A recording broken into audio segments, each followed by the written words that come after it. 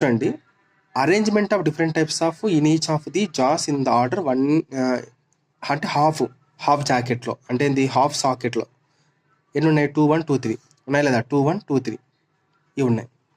అదే పిల్లవాడిలో మనకేముంటాయి తెలుసా?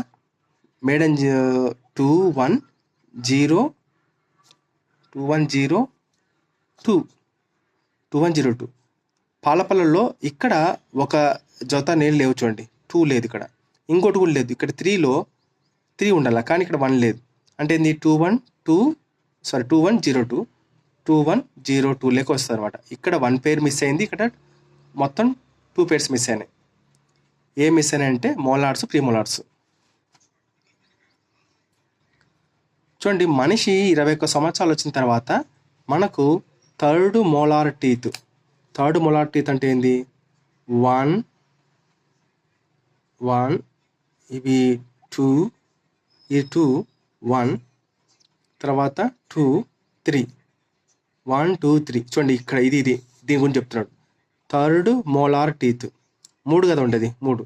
ఈ థర్డ్ మోలార్ టీత్ అనేది మనిషి 21 సంవత్సరాల వయసు వచ్చినప్పుడు మాత్రమే కనపడతాయి అనమాట. ఎందుకంటే పెద్ద వయసు వచ్చినప్పుడే కదా అది ఇక్కడ మాట్లాడేది.